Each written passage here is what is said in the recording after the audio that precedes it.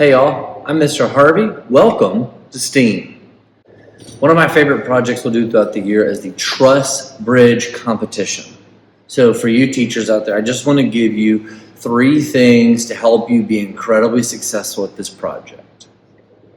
Okay, the first thing I want to tell you to do or encourage you to do is to go ahead and put all the students' supplies in a bag. I have lockers, and I can put the link to that here too.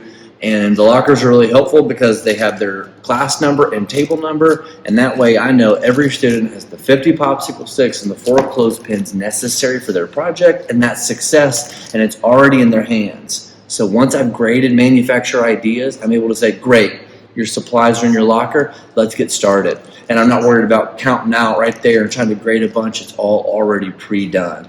Putting them in a Ziploc bag is a game changer. Number 2 item for recommendation is to build a constant footing for the bridges to be tested and worked on.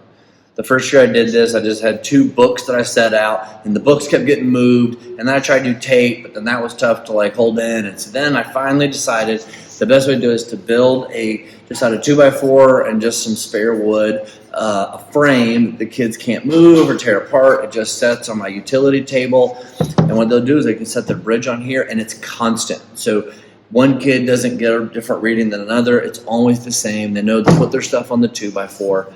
I got this with some spare lumber and just stuff I had around my garage, but a 2x4 now is like $3, and your big box stores will also cut this for you the size you need. I span 10 inches. It gives me a good even number, so that way they have to have their footing in here, and so that's at least 4 popsicle sticks, which is helpful.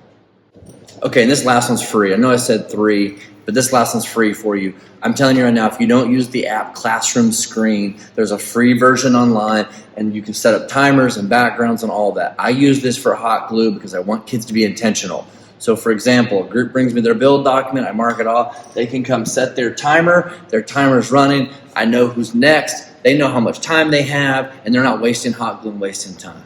That's one of the biggest frustrations you can have in STEAM, is just a waste of time and supplies. This timer, being visual to your class, being visual to you, visual to the people who are gluing, is a game changer. You got to try it. That's all.